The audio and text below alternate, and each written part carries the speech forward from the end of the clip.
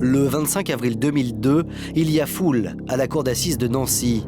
Journalistes et badauds se pressent pour apercevoir le présumé dépeceur du canal. Et le moins que l'on puisse dire, c'est que l'homme assure le spectacle.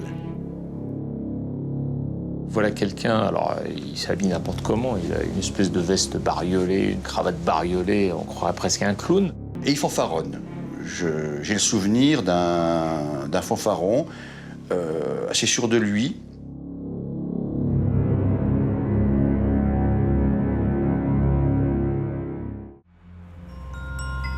Jarville, dans la banlieue de Nancy, en Lorraine. 30 mai 1999. Ce dimanche matin, il est 6 heures. Et sur les rives du canal, des pêcheurs installent leur matériel. Mais ce jour-là ne sera pas un jour de pêche ordinaire. Par accident, un pêcheur fait tomber sa canne à pêche à l'eau. Il se penche alors pour la ramasser et aperçoit une masse blanchâtre qui flotte à la surface. Il pense d'abord à un morceau de viande, mais lorsqu'il parvient à s'approcher, il retient un cri. Il s'agit d'un pied.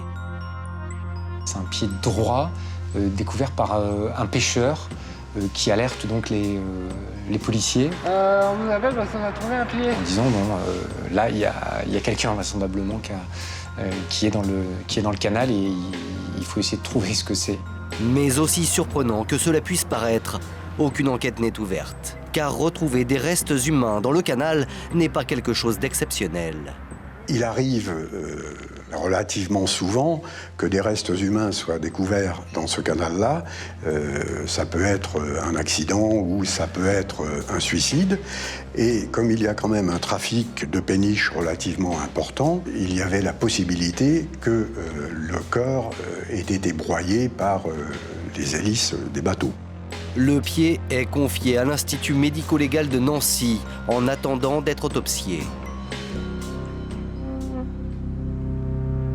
Le lendemain, à 500 mètres de l'endroit où l'on a retrouvé le pied, un éclusier fait à son tour une macabre découverte. Bloqué contre la porte de l'écluse, dans l'eau stagnante, flotte une tête humaine et plusieurs ossements.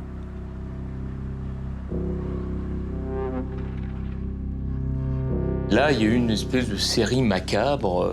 Il y avait un pied, il y avait une tête. On s'est dit, bah voilà, bon, c'est un puzzle et à la fin, il y aura peut-être un cadavre. Les jours suivants, le feuilleton macabre se poursuit. Un peu plus loin, dans une autre écluse, d'autres restes humains flottent à la surface. Et parmi eux, une main, coupée net. Cette fois, tout le monde se tourne vers le médecin légiste. Il faut faire parler ce corps.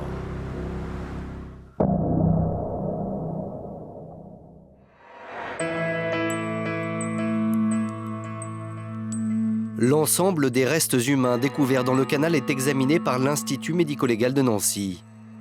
Et les conclusions du docteur Peton sont catégoriques. Il ne peut s'agir ni d'un accident, ni d'un suicide. L'hypothèse du corps d'une personne qui tombe à l'eau et qui secondairement est broyée par les hélices de bateau était totalement à exclure. Une hélice n'a jamais des bords tranchants, c'est légèrement arrondi. Ça va broyer effectivement le corps de la victime, mais en l'occurrence, ça ne va pas la décapiter de façon nette. Et ces coupures nettes ne laissent pas de doute. Le corps a été découpé avec des outils. La personne avait utilisé une scie et avait utilisé également un élément tranchant, puisque notamment les éléments comme les tendons avaient été sectionnés de façon très, très nette. C'est un travail humain qui a donc quelqu'un derrière. Il y a l'hypothèse du boucher, parce que semble-t-il, c'est vraiment coupé très fin, voire même au scalpel. Autre révélation de l'autopsie, les ossements repêchés n'appartiennent pas à la même personne. En fin d'examen, la découverte d'une troisième rotule pouvait nous permettre de conclure à l'existence au minimum de 2 victimes dans ces éléments soumis à notre examen. On se dit, mais ça veut dire qu'il y a plusieurs personnes. C'est troublant qu'il y en ait plusieurs d'un coup. Alors là, on veut savoir ce qui s'est passé. Et là, il y a eu de l'attente pour savoir. Le problème, c'est que l'identification des restes humains qui ont longuement séjourné dans l'eau est presque impossible. Seul espoir, la main repêchée près d'une écluse. Elle est décomposée, mais il existe un service à l'Institut médico-légal de Paris qui s'est spécialisé dans la restauration des empreintes digitales. Les policiers lorrains vont donc lui envoyer la main. C'est un fil vraiment ténu qui est tiré par les enquêteurs et à l'époque, ça fait penser vraiment à presque une enquête scientifique telle qu'on les connaît aujourd'hui, qui part de 3 fois rien pour aboutir à une réalité. Et après plusieurs heures de travail, les spécialistes parisiens réussissent un miracle. La main coupée livre une empreinte. Le collègue qui s'en est chargé a fait un travail extraordinaire. On ne pensait pas qu'il obtiendrait un tel résultat. Toujours est-il que ces travaux ont permis de relever les empreintes digitales, donc de la main en question. Le SRPJ de Nancy est chargé de l'affaire. L'enquête est confiée au commissaire Claude Godefrin. Les policiers vont comparer l'empreinte fournie par la médecine légale au fichier national des empreintes digitales. Et un nom apparaît alors, Hans Gassen. Hans Gassen est un chauffeur de poids lourd allemand, âgé de 55 ans, et s'il figure dans les fichiers de la police, c'est qu'il possède un casier judiciaire. Heureusement qu'il s'agissait d'un repris de justice et par conséquent de quelqu'un dont on avait dans les fichiers les empreintes digitales. Si on n'avait pas eu ces empreintes digitales dans les fichiers, on n'aurait peut-être jamais identifié cette victime. Hans Gassen a été incarcéré en 1997 à la maison d'arrêt de Saint-Miel pour des affaires d'escroquerie, de vol. Donc il a été élargi de la prison de Saint-Miel dans le courant de l'année 1998. C'est tout ce qu'on sait, nous, localement. Les ossements retrouvés dans le canal appartiennent à Hans Gassen, à l'exception de la fameuse 3e rotule.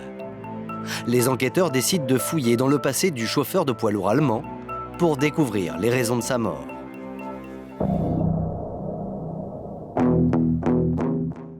Puisque Hans Gassen était allemand, en toute logique, c'est en Allemagne que les policiers français poursuivent l'enquête. Et voici ce qu'ils vont découvrir. Les personnes en Allemagne sont tenues de déclarer leur domicile.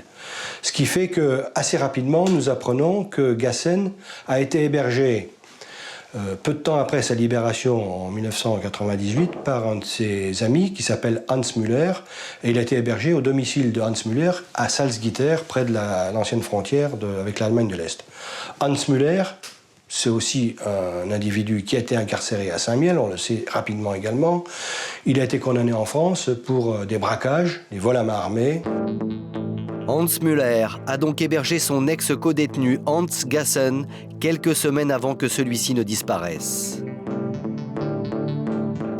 Et plus troublant encore, c'est qu'il a signalé cette disparition à la police allemande, avec un empressement un peu surprenant. Müller a signalé la disparition de son ami Gassen dès le 22 mai 1999. On pouvait se demander pourquoi tant de précipitation à déclarer la disparition de son ami qui était parti, je crois, simplement la veille au matin de son domicile. Alors là, on s'arrête 30 secondes. Si un kidam tout à fait normal, un citoyen lambda, peut s'inquiéter de la disparition d'un ami qui n'arrive plus à joindre au téléphone, oui, il va aller à la police. Là, on a quand même affaire à des personnes qui sortaient de détention, qui ont été condamnées pour des multiples trafics, donc quand même des gens du milieu, très clairement. C'est pas du tout le réflexe de gens du milieu que d'aller signaler la disparition de l'un d'eux dans un délai aussi proche. Les policiers se posent des questions. Müller a-t-il un lien avec la disparition de son ami Gassen? S'agit-il d'un règlement de compte entre anciens détenus? La question qui se pose pour les enquêteurs à ce moment-là, c'est de savoir si le gars découvert, découpé dans le canal a été liquidé au fond par la personne avec qui il traficotait à l'époque. La question est en l'air et c'est une des premières hypothèses. Les policiers français font une demande de commission rogatoire pour interroger Hans Müller, qui vit en Allemagne. Mais en attendant que les formalités aboutissent, ils vont interroger son téléphone. La police allemande fournit les relevés téléphoniques de Hans Müller. Et l'équipe du SRPJ de Nancy va découvrir que le jour même de la disparition de son ami, Muller a appelé avec insistance certains numéros de téléphone en France. Il y a d'abord une douzaine d'appels passés auprès d'un certain Philippe Grossior. L'homme habiterait à Laxou, dans la banlieue de Nancy. Il serait le gérant d'une société de transport au statut un peu douteux, Inter Europe Diffusion. On fait un certain nombre de vérifications sur place à partir du 19 juillet. On voit effectivement qu'il y a une boîte aux lettres au nom de Grossior, mais également une boîte aux lettres au nom de Inter Europe Diffusion, qui correspond à l'identité de Grossior. Au registre du commerce, puis vous ne trouvez trace nulle part d'Inter Europe Diffusion. Puis bon, quand vous voyez le papier A en tête, avec des fautes d'orthographe, des numéros complètement bidons, bon, ça tient pas, ça ne peut tromper qu'un néophyte, quoi. La société Inter Europe Diffusion est donc fictive. Quant au nom de Grossior, il rappelle quelque chose aux policiers, qui vont le retrouver dans de vieux dossiers.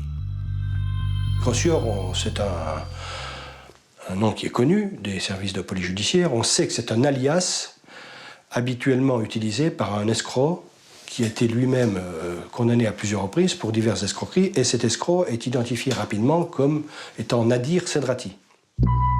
Nadir Sedrati, c'est un petit malfrat de la région. Il a l'habitude d'emprunter de faux noms pour couvrir des escroqueries à l'assurance ou des détournements bancaires. Au total, dans sa carrière, plus de 30 ans, il a 15 condamnations pour ces faits-là d'escroquerie ou d'identité, d'usurpation d'identité. Coïncidence troublante, les enquêteurs s'aperçoivent que l'homme possède un point commun avec la victime et avec le principal suspect. On s'aperçoit que Sedrati a été écroué au centre de détention de Saint-Mihiel en même temps que Muller et Gassen. Donc le lien était fait, le lien était évident.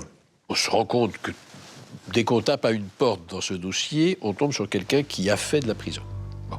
Donc ça donne déjà un éclairage sur le dossier et sur l'affaire. Sedrati, Gassen et Muller se connaissent donc parfaitement. Les policiers se demandent si, après leur libération, les trois hommes ne sont pas restés en contact. Préparaient-ils tous ensemble un mauvais coup? On ne va pas tarder à s'apercevoir que Nadir Sedrati est le personnage central du trio. Dans les relevés téléphoniques de Hans Müller, fournis par la police allemande, il y a un deuxième numéro de téléphone qui revient plusieurs fois. Il s'agit du numéro d'une cabine téléphonique située dans un foyer de réinsertion pour anciens détenus. Le foyer Stauffer, situé en banlieue de Nancy. Le commissaire Godefrein y envoie une équipe. Le foyer Stauffer se trouve à peu près, à vol d'oiseau, à 200 mètres du premier lieu de découverte des morceaux de corps, quoi. Sedrati, alias Grossior, on a tout de suite sa photographie, elle est aux archives. Hein. Donc, muni de sa photographie, on va au foyer Stauffer, on la montre au directeur, qui nous identifie immédiatement Sedrati. Il nous dit, mais lui, c'est un gars qui est logé au foyer Stauffer, il a sa chambre. Cette nouvelle piste aboutit donc encore une fois à Sedrati. Pour les policiers, il y a donc désormais deux suspects, Hans Müller et Nadir Sedrati. Il devient urgent de les interroger. Le 21 juillet 1999, à 7 h du matin, les policiers français et allemands s'apprêtent donc à intervenir simultanément. Les premiers aux deux adresses de Sedrati, son foyer de réinsertion et le siège de sa société fictive. Les seconds au domicile de Müller, à Salzgitter. Hans Müller, lui, il est interpellé avec le concours du SEK, un service d'interpellation assez musclé en Allemagne. On ne sait pas quelle peut être la réaction de Müller. On sait que c'est un braqueur, donc les policiers allemands prennent des précautions. Seulement, contre toute attente, Hans Müller ne fait aucune difficulté. Bien au contraire. Il semble abattu lorsqu'il apprend que le cadavre de Hans Gassen a été retrouvé. Assez vite, on s'est rendu compte d'abord que Müller ne savait pas que Gassen était mort, et ensuite qu'il éprouvait, je crois, de l'amitié pour Gassen et qu'il était assez touché par sa disparition. L'appartement de Hans Müller est passé au peigne fin, mais on y trouve peu de choses intéressantes. À l'exception de quelques vêtements laissés par Gassen et qui semblent indiquer que l'homme avait prévu de revenir. Au même moment, en France, à Laxou, l'équipe du commissaire Godefrin débarque au siège de l'entreprise de Nadir Sedrati. Et là aussi, le suspect est interpellé sans difficulté. Sedrati est interpellé quand il sort de chez lui à 7 h du matin. On s'apprête à monter à son appartement quand il sort de l'ascenseur.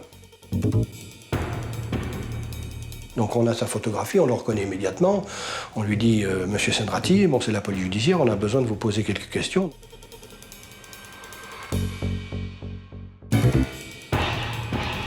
On l'interpelle sans problème. Il est surpris de nous voir. Donc il se laisse arrêter sans difficulté.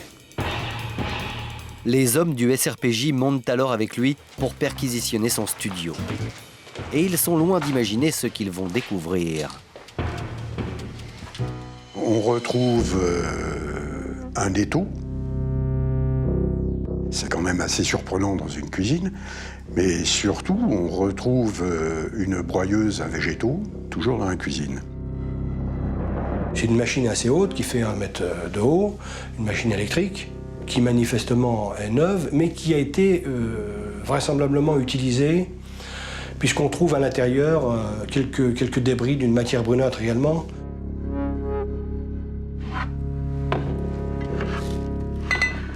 Bizarrement, on trouve des outils. 2 scies de boucher, des couteaux, qui manifestement sont souillés par des taches ou des traces de matière.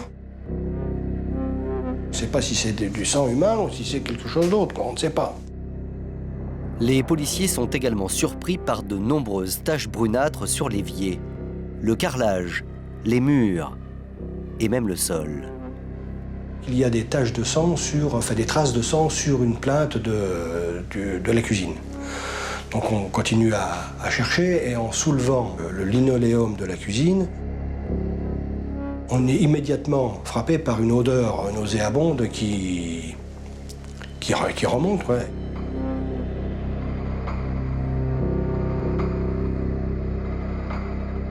Manifestement, c'est du sang en putréfaction avancée qui se trouve sous le linoléum. Nadir Sedrati assiste à la scène menotté au siège de son bureau. L'homme semble impassible et reste muet. Il garde son calme, il garde son sang-froid. Il nous prend un peu de haut en disant qu'on est en train de faire n'importe quoi, que ça ressemble à rien, et ceci, cela. Après plusieurs heures de perquisition, les enquêteurs font une découverte supplémentaire.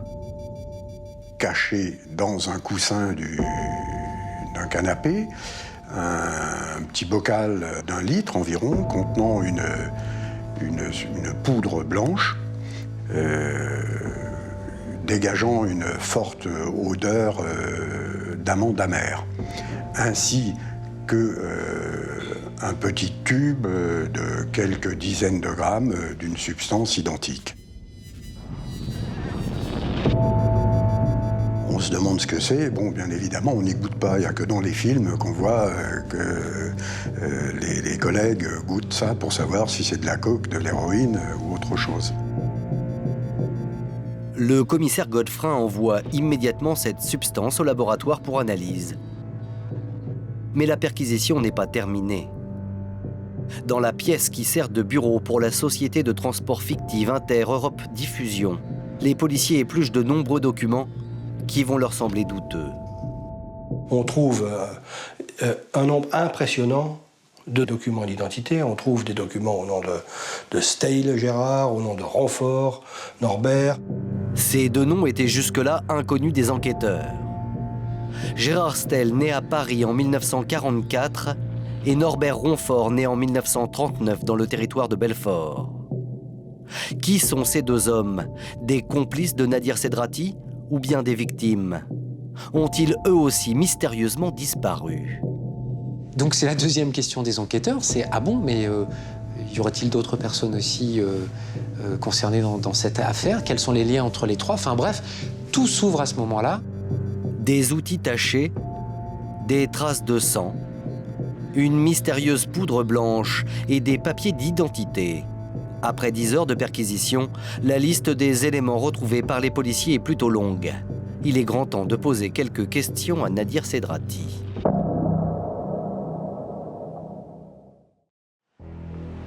Vers 18 h, après la perquisition de son bureau, Nadir Sedrati est conduit au commissariat de Nancy pour interrogatoire. Les grandes questions, c'est quels sont les liens exacts entre Sedrati et Muller, entre Sedrati et Gassen, pourquoi Gassen est-il venu à Nancy, et qu'est-ce qui s'est passé entre Sedrati et Gassen. À la grande surprise des policiers, dès le début de son audition, Sedrati se montre plutôt bavard. Il ne cache ni ses activités d'escroc, ni ses arnaques, ni ses usurpations d'identité. Le problème, c'est qu'il parlerait presque trop. Il invente au fur et à mesure. Et dès qu'on lui présente un argument, il invente autre chose. Il a quand même une propension à déblatérer, parfois même des âneries. Mais c'est lui-même qui le reconnaît. Il dit voilà, c'est ma nature. Je parle beaucoup, des fois je vais me contredire, mais je ne reste qu'un escroc. Après plusieurs heures d'interrogatoire, Sedrati va finir par reconnaître que le meurtre de Hans Gassen a été commis chez lui. Mais le récit qu'il va faire va sembler vague et pour le moins rocambolesque. La scène se déroule le 21 mai 1999, 9 jours avant la découverte des premiers restes humains dans le canal. Dans son appartement de Laxou, Nadir Sedrati affirme qu'il reçoit la visite de ses deux anciens codétenus, Hans Gassen et Hans Muller. Dans un premier temps, il dit avoir reçu la visite de Gassen et de Muller à son domicile. Là-dessus seraient venus de Hollandais, de Marocains.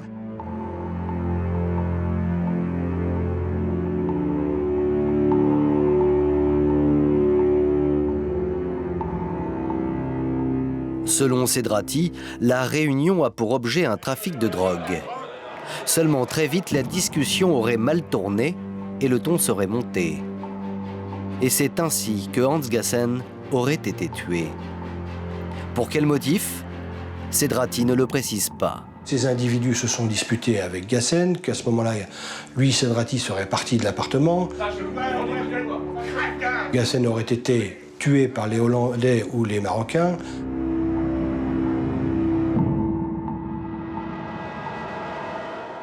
Muller se serait chargé de se débarrasser du corps, etc. À en croire Sedrati, il serait donc un simple témoin dans une affaire de règlement de compte entre trafiquants de drogue. Mais les enquêteurs ne sont pas convaincus par cette histoire. Ils pensent que Sedrati leur cache quelque chose. L'interrogatoire se poursuit et les policiers décident de brusquer le suspect. Ils lui annoncent que le corps de Hans Gassen a été retrouvé coupé en morceaux dans le canal. Et à ce moment-là, Nadir Sedrati perd son sourire et se montre beaucoup plus nerveux. Il finit par délivrer une nouvelle version des faits et donne cette fois le nom de l'assassin, Hans Muller, l'ami de Gassen.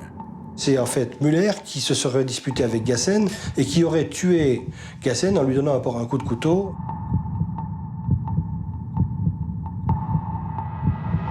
Néanmoins, à chaque fois, Sedrati dit « Moi, je n'étais pas présent au moment des faits, je me suis engueulé avec eux, Muller m'a demandé de partir, donc je ne sais pas ce qui s'est passé. Je sais simplement que Muller m'a demandé où il pouvait se débarrasser du corps, donc c'est moi qui lui ai indiqué effectivement qu'on pouvait se débarrasser d'un corps dans le canal. Cette fois, le récit de Sedrati semble crédible, car Muller a une réputation d'homme violent et il aurait très bien pu tuer son ancien compagnon de détention. Par ailleurs, les éléments matériels découverts pendant la perquisition corroborent cette version. Le sang trouvé sur le sol serait celui de Gassen. La poudre blanche pourrait confirmer le trafic de drogue. Aussitôt informés par leurs homologues français, les policiers allemands confrontent Hans Müller à cette accusation.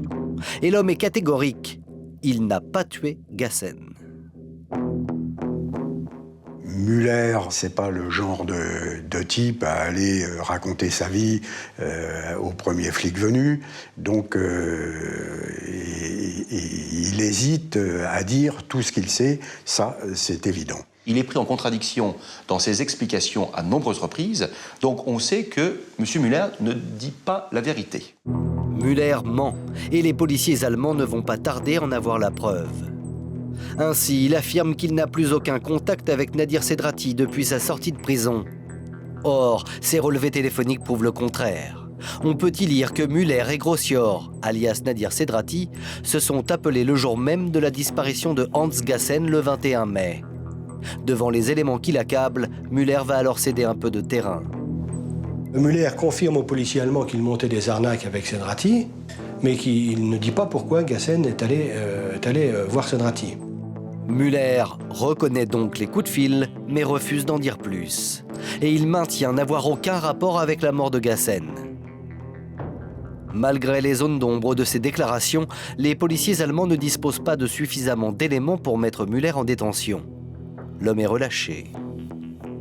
En France, Sedrati, lui, est mis en examen pour le meurtre de Hans Gassen à cause des traces de sang retrouvées chez lui. Incarcéré à la prison Charles III de Nancy, il continue d'accuser Müller. Alors qui a tué? Müller, Sedrati ou les deux ensemble? C'est la mystérieuse poudre blanche qui va livrer les clés de l'énigme. 2 jours après la perquisition, les policiers du SRPJ de Nancy reçoivent les résultats des analyses scientifiques. Et là, à la grande surprise des enquêteurs, la poudre retrouvée dans l'appartement de Nadir Sedrati n'est pas une drogue, mais un poison mortel. Le bocal d'1 kilo de poudre blanche, toujours, c'est du cyanure de potassium. Les enquêteurs pensent qu'ils ont peut-être trouvé l'arme du crime. Une dose infime de cyanure de potassium peut suffire à provoquer une mort presque instantanée. Ils demandent une expertise spécifique, car le cyanure est connu pour laisser des traces dans les cadavres, même longtemps après la mort. On demande donc au labo de nous faire des analyses toxicologiques approfondies sur non seulement les prélèvements effectués au domicile de Sedrati, mais également sur tous les morceaux de cadavres retirés du canal. Et là, bingo, on s'aperçoit qu'il y a présence en quantité non négligeable de cyanure dans les morceaux retrouvés. Cette fois, plus de doute, Hans Gassen est mort empoisonné. Nadir Sedrati a menti aux enquêteurs. Les policiers de Nancy pensent que l'achat d'1 kilo de cyanure n'a pas dû passer inaperçu. Ils vont donc essayer d'en remonter la trace. Le cyanure de potassium, aussi dangereux soit-il, est un produit qui est en vente libre. Il suffit de donner son nom pour en obtenir auprès des établissements habilités à le commercialiser. Donc on fait des recherches sur le plan régional et on trouve des établissements dans une zone commerciale de la proximité de Nancy qui confirment avoir vendu 1 kilo de cyanure à un monsieur Royer. Dans le courant du mois de mars 1999, un individu a téléphoné à la société en se présentant comme Monsieur Royer, demandant s'il était possible d'obtenir rapidement du cyanure de potassium. Ce Monsieur Royer est inconnu des services de police, mais par chance, il figure dans l'annuaire. Convoqué au commissariat, l'homme ne comprend pas. Il ne s'est jamais procuré de cyanure et n'a aucun lien avec l'enquête en cours. En continuant de le questionner, les enquêteurs vont cependant finir par comprendre. Joël Royer n'est pas impliqué dans l'affaire. En réalité, quelqu'un d'autre s'est fait passer pour lui. Le vrai Joël Royer a été, lui, obligé de déposer plainte contre Sedrati pour des usurpations d'état civil. Et Sedrati avait été condamné à Strasbourg, notamment pour des usurpations d'identité commises à l'encontre de Royer. Nadir Sedrati, récidiviste de l'usurpation d'identité, a-t-il acheté le cyanure sous le nom de Joël Royer? Pour en avoir le cœur net, les policiers retournent immédiatement au siège du grossiste.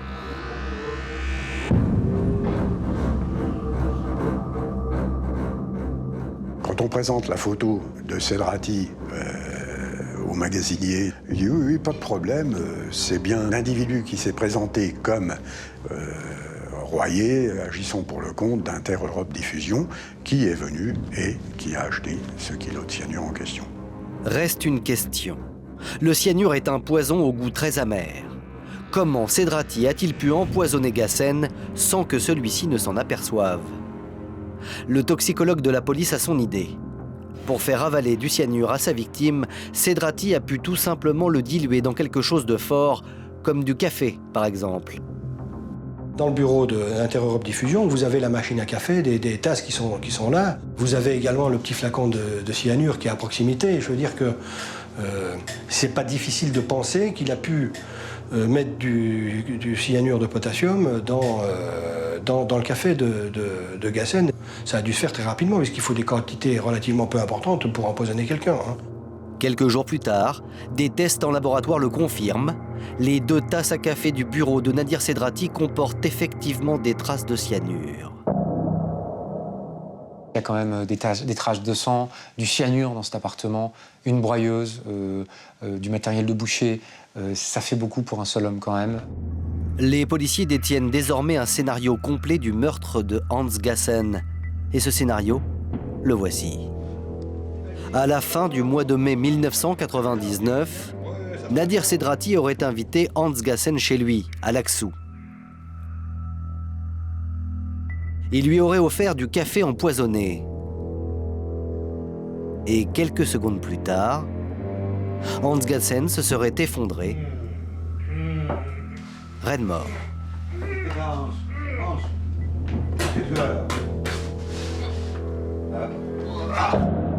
Cedrati l'aurait ensuite découpé en morceaux avec ses outils, ce qui explique les taches de sang. Puis, le soir venu, à l'abri des regards, il se serait débarrassé du corps en le jetant dans le canal de la Marne au Rhin, à quelques kilomètres de là.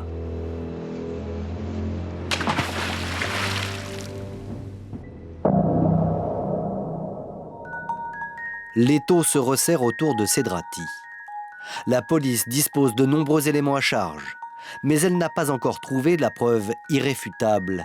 Et surtout, elle n'a pas identifié le mobile. Pour quelle raison Cedrati aurait-il tué son ex-codétenu?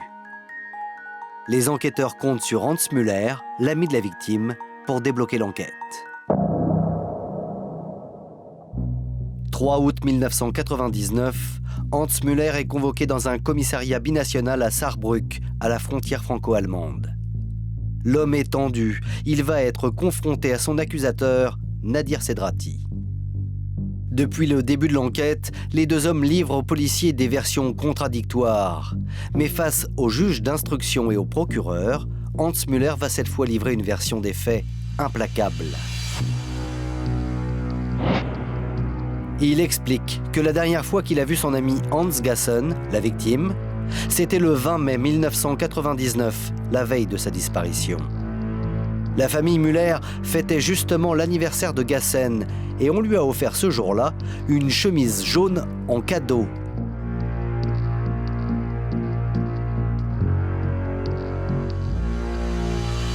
Mais le lendemain matin, vers 7 h, Hans Müller aurait constaté le départ de son ami. Il l'aurait alors appelé sur son portable et c'est ainsi qu'il aurait appris que Gassen avait convenu d'un rendez-vous avec Cedrati chez celui-ci à Nancy. Et Gassen lui dit qu'il se rend donc chez Cedrati, comme prévu, et qu'il l'appellera dès qu'il sera arrivé. Effectivement, Gassen aurait rappelé vers 8 h depuis le pied de l'immeuble de Cedrati, juste avant le rendez-vous. Il aurait assuré son ami que tout allait bien, et il aurait promis de rappeler en sortant. Mais 2 heures plus tard, Gassen ne rappelle pas et son téléphone ne répond plus. Müller aurait fini par appeler avec insistance Cedrati lui-même et celui-ci aurait enfin décroché vers midi. Müller appelle le domicile Grossier, alias Cedrati.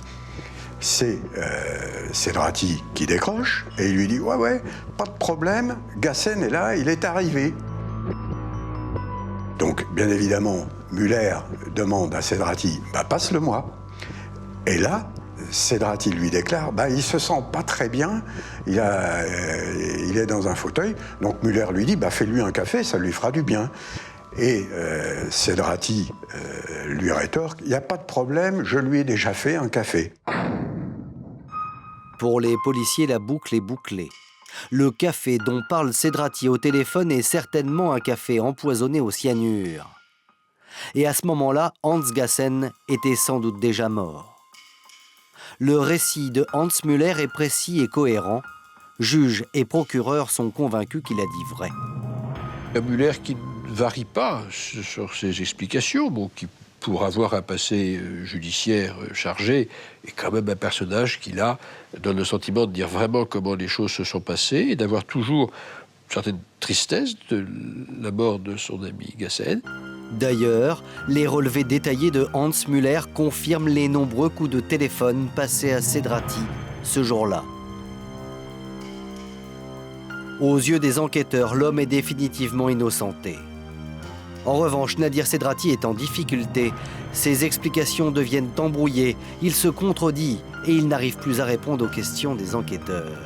Rien n'explique la création de cette entreprise fictive, rien n'explique que Gassen soit venu dans son appartement, ni pourquoi. Rien ne vient étayer, mais du moindre commencement de preuve, l'idée que Müller ou d'autres personnes soient venus dans ce minuscule appartement pour tuer Gassen dans les conditions que Cedrati raconte. Les policiers et le juge n'écoutent plus Cedrati. Et peu à peu, l'homme perd son sang-froid. À l'occasion de cette confrontation, Cedrati est apparu sous un autre jour, c'est-à-dire qu'il était à deux doigts de sauter par au-dessus de la table pour prendre Müller à la gorge. Cette fois, Cedrati semble démasqué. Et un élément à charge supplémentaire va apparaître à sa sortie de l'entrevue. À l'extérieur, la femme de Hans Müller, Rosemarie, attend son mari.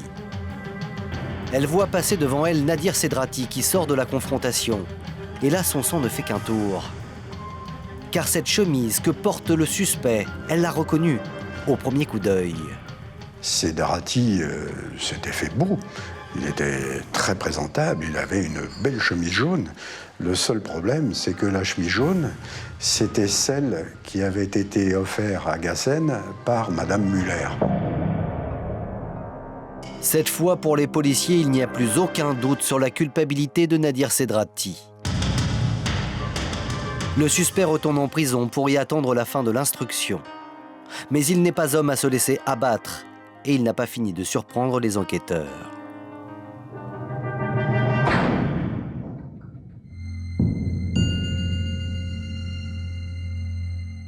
Depuis son incarcération à la prison de Nancy, Nadir Cedrati fait preuve d'un comportement inquiétant. Il déchire ses draps, tente de se suicider, il semble basculer dans la folie.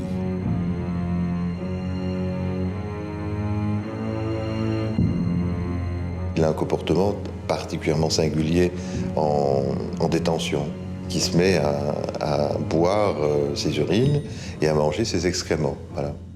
Je ne suis pas certain qu'il y a beaucoup de détenus, ou même beaucoup d'hommes ou de femmes en général, qui seraient capables d'adopter pendant des semaines et des semaines un comportement comme celui-là. Mais pour l'expert psychiatre Francis Bockel, qui l'a observé en cellule à plusieurs reprises, la folie de Nadir Cedrati n'est pas réelle. Rapidement, il m'est apparu que c'était de la pure simulation. Il ne s'agissait pas d'un trouble psychiatrique, il ne s'agissait pas d'un trouble pathologique. Manipulateur et simulateur hors pair, Cedrati n'est donc certainement pas fou. Les enquêteurs pensent au contraire qu'il s'agit d'un dangereux criminel et qu'il peut même y avoir d'autres victimes que Hans Gassen. Car souvenez-vous, au début de l'affaire, on a retrouvé une troisième rotule dans le canal. Il y a donc au moins une deuxième victime non identifiée. Pour en avoir le cœur net, les policiers de Nancy vont prendre une décision radicale. À Nancy ce matin, le canal de la Marne a peut-être révélé une nouvelle partie de ses macabres secrets. Un canal vidé pour la première fois depuis 1963. Les recherches sont donc difficiles et pénibles, mais les résultats sont possibles. Le 3 novembre 1999, un tronçon de 3 km du canal de Jarville est pratiquement mis à sec. Mètre à mètre, le fond va être fouillé. La police scientifique, les pompiers et les journalistes se pressent sur les berges. Tout le monde s'attend à une découverte importante pour l'enquête. C'est un véritable événement parce que c'est gigantesque, qu'il faut vider le canal. Et c'est aussi un tournant dans l'enquête, c'est-à-dire que le juge décide d'utiliser tous les moyens et de ne pas s'arrêter en fait. Et ça devient une affaire prioritaire. Il a les moyens de vider le canal. On attend ça avec impatience, on se dit mais qu'est-ce qu'on va trouver dedans? Enfin, est-ce qu'on va trouver 3, 4, 5 corps? Enfin, il y a vraiment, là c'est un sujet de fantasme. Et en effet, les policiers vont faire quelques découvertes intéressantes. Le tibia. Un tibia et un fémur, et puis une omoplate. Donc c'est pas énorme par rapport à l'importance qu'avait cette opération, celle de vider le canal, mais il y a quand même des éléments qui vont servir après dans cette enquête. Les os retrouvés sont confiés au médecin légiste. Et celui-ci leur trouve de nombreux points communs avec les précédents restes humains repêchés. Ça présentait les mêmes caractéristiques, et notamment, effectivement, sur les os longs, fémur, bassin, l'utilisation d'une lame pour couper les os. Tibia, fémur, humérus. Après analyse, presque tous les os trouvés sont attribués à Hans Gassen. Tous, sauf une omoplate. Provient-elle du même corps que la mystérieuse troisième rotule repêchée quelques mois plus tôt? Une nouvelle fois, les enquêteurs se demandent à qui appartiennent ces autres restes humains. Pour retrouver le nom des autres victimes, les enquêteurs de la police judiciaire disposent d'une piste. Les 2 cartes d'identité qu'ils ont découvertes, souvenez-vous, lors de la perquisition dans les bureaux de Nadir Sedrati. Des cartes au nom de Gérard Stell et de Norbert Ronfort. Les enquêteurs se demandent si, mais ils n'ont pas disparu aussi. On sait qu'il y a 2 corps dans le canal, parce qu'il y a 3 rotules qui ont été trouvées. Mais là, c'est le 3e corps, c'est la question du 3e corps qui se pose, de la 3e victime qui est posée par ça. Et donc, il faut remonter la piste de ces personnes dont Sedrati a pu utiliser ou pas, mais en tout cas dont il a les papiers d'identité dans son appartement. Coup de chance pour les policiers, les 2 hommes possèdent un casier judiciaire. On va donc pouvoir en apprendre davantage sur leur compte. On sait que, rapidement aussi, que Stell Gérard et Norbert Ronfort sont des personnes que Sedrati a connues à la maison d'arrêt de Saint-Miel. La prison de Saint-Miel. Gérard Stell et Norbert Ronfort ont donc connu le même centre de détention que Hans Gassen, Hans Müller et Nadir Sedrati. Le problème, c'est que Stell et Ronfort sont sortis de prison depuis quelques mois et qu'aujourd'hui, ils sont introuvables. Les policiers vont donc se lancer sur leur piste. Les enquêteurs commencent par s'intéresser à Gérard Stell. C'est un chauffeur de poids lourd de 55 ans. À Saint-Miel, il achevait une peine de 4 ans de prison et s'était remis à chercher du travail. Stell, il est domicilié dans un centre de réinsertion à l'antenne Meyno à Strasbourg. Il finit par trouver un job dans une petite entreprise de récupération qui avait l'habitude d'employer des gens dans sa situation. Ce premier contrat ne dure que 3 mois. Mais aussitôt après, Gérard Stell se voit proposer une autre embauche apparemment très alléchante.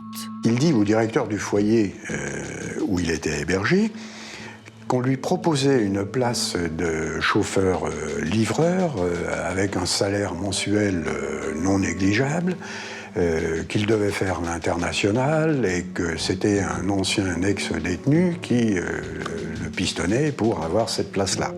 Stahel annonce donc qu'il va se rendre à Nancy pour passer son entretien d'embauche. Il quitte le foyer en affirmant quand même au directeur qu'il n'y avait aucun problème. Il serait là le lundi matin pour prendre son poste au travail. Mais le lundi matin, Gérard Stahel ne se présente ni à son travail, ni à son foyer. Le directeur du centre de réinsertion est prévenu par téléphone que le chauffeur de poids lourd a été embauché et qu'il ne reviendra pas. Le centre de Méno reçoit un coup de fil d'un gars qui s'appelle Grossior et qui lui dit Gérard Stahel, il ne reviendra pas tout de suite, il est embauché définitivement, il est déjà sur les routes. Et il dit je viendrai récupérer les affaires de Stahel parce qu'on va le loger sur Nancy. Le mystérieux employeur sera facilement identifié par le personnel du centre. Il s'agit de Nadir Sedrati. Quant à Gérard Stahel, on n'aura plus jamais de nouvelles de lui. Lors de la perquisition, les policiers ont également trouvé la carte d'identité d'un certain Norbert Ronfort. Cet homme est lui aussi présumé victime de Sedrati. Au domicile de Sedrati, on retrouve une casquette assez caractéristique qui a été reconnue par la suite comme étant celle portée en permanence par Norbert Ronfort. On retrouve également une paire de lunettes, identifiées formellement comme étant les lunettes de Norbert Ronfort. On retrouve des documents d'identité. De plus, il s'avère que c'est Nadir Sedrati qui est venu chercher Norbert Ronfort à sa sortie de prison. Il est donc la dernière personne à l'avoir vu avant sa disparition. Gérard Stahel et Norbert Ronfort ont-ils été tués par Sedrati? Ont-ils un lien avec les éléments matériels dont disposent les enquêteurs? Pour le vérifier, les policiers vont soumettre les familles des deux disparus à des prélèvements ADN. Et quelques jours plus tard, les résultats des tests en laboratoire vont conforter leur hypothèse. L'omoplate, la troisième rotule et certaines traces de sang trouvées chez Sedrati correspondent à l'ADN de Gérard Stahel. Les traces d'ADN retrouvées sur la casquette, sous le lino du studio et sur la scie à découper correspondent à celui de Norbert Ronfort. Après 2 ans et demi d'enquête, Nadir Sedrati s'apprête donc à répondre devant la cour d'assises de Nancy des meurtres de 3 de ses codétenus, Hans Gassen, Gérard Stahel et Norbert Ronfort. Bonjour. Une nouvelle fois à la une de l'actualité cette semaine, Nadir Sedrati, le présumé découpeur du canal de Nancy. Le 25 avril 2002, il y a foule à la cour d'assises de Nancy. Journalistes et badauds se pressent pour apercevoir le présumé dépeceur du canal. Et le moins que l'on puisse dire, c'est que l'homme assure le spectacle. Voilà quelqu'un, alors il s'habille n'importe comment, il a une espèce de veste bariolée, une cravate bariolée, on croirait presque un clown. Et il fanfaronne.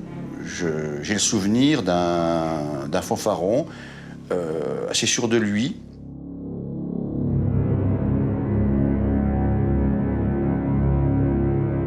Nadir Sedrati est un personnage très haut en couleur, avec beaucoup de verve, qui jouait. Il était en représentation un petit peu à chaque fois. C'est la première fois que je vois ça.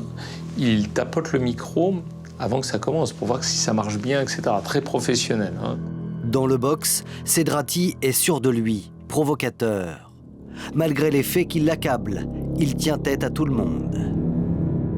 Il est prolixe.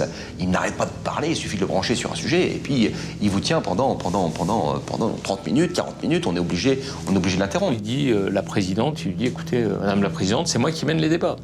Hein? Non, ça suffit. Hein? Faut me laisser parler, c'est moi qui mène les débats. Bon, c'est tellement inattendu qu'on ne sait pas trop quoi dire. Sedrati ne déroge pas à sa ligne de défense. Il n'est qu'un petit escroc et il n'a jamais tué personne. Face à ses accusateurs, il a réponse à tout et n'hésite pas à apostropher certains témoins. Les témoins qui venaient et puis on disait « Ah, mais ce témoin l'a échappé belle à un ancien détenu parce que Nadir Sedrati aurait pu attenter à sa vie. » Sedrati leur disait logiquement, lors de l'audience de cour d'assises, « Toi, t'es vivant. Qu'est-ce que tu me reproches?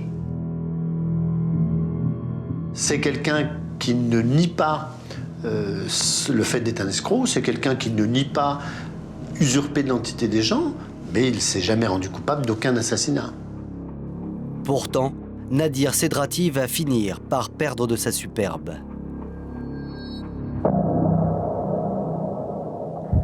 Au 3e jour du procès, l'accusation frappe un grand coup. Elle demande que la broyeuse découverte dans le studio de Nadir Sedrati soit présentée aux jurés. Montrer une broyeuse aux jurés, c'est un effet d'audience. C'est « Regardez, les cadavres ont été broyés avec cette machine ». Confrontée à la broyeuse, Nadir Sedrati change de visage. Cette broyeuse, qui est énorme, qui trône devant le président, il ne la supporte pas. Il ne supporte pas la vue de cette broyeuse et il a formulé plusieurs demandes afin qu'elle soit remisée en dehors de la cour d'assises. Sedrati devient nerveux.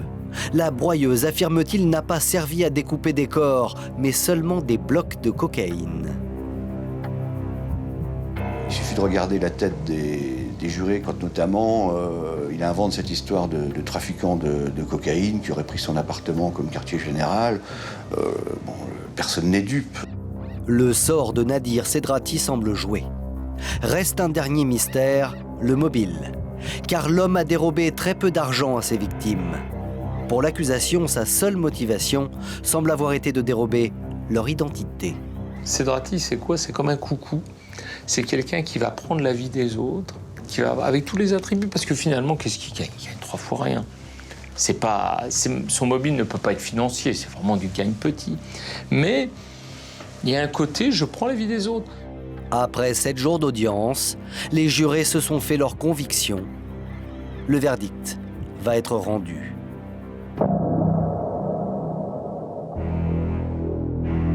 Le 3 mai 2002, après seulement 2 heures de délibération, c'est un verdict sévère qui est prononcé. La réclusion criminelle à perpétuité assortie de 20 ans de sûreté, c'est la peine qui lui a été infligée pour l'assassinat de 3 anciens codétenus. Nadir Sedrati est reconnu coupable des meurtres de Hans Gassen, Gérard Stell et Norbert Ronfort.